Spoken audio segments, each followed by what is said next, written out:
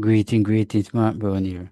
As I can see, we have an Excel spreadsheet right here. So what we're going to be looking at is how to add currency right here on this number here. Yes, how to add currency. If you notice, we have the Home tab right here, Insert, all of these tabs. So this is where we're going to go to get that. Alright, so it's very important. So first we wanted to block these right here. Block everything like that. Now when I block it, definitely, you're going to click right here. This itself is the Home tab. You notice down here is known as ribbon. So you're going to come right in here. That's a general. You're going to click right here. There's a pointer. So when you click at this pointer, notice right here is a general number. Notice it's a currency, account, date and time that I can actually find. So what you want is a currency. So we're going to click on currency.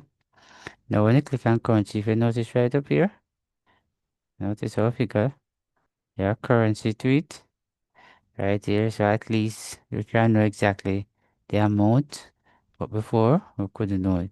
So this is how you actually add currency right there in Excel. You can also do this also. You can go right back here and come like this. You notice you can add EU, British, United States, just the same.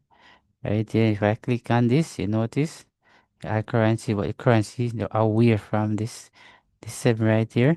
If you want it closer to the 7, you'd have to go inside here and click on currency. You notice all of that change. So this is where you add currency right here in Excel. So thanks for watching. See you in the next video.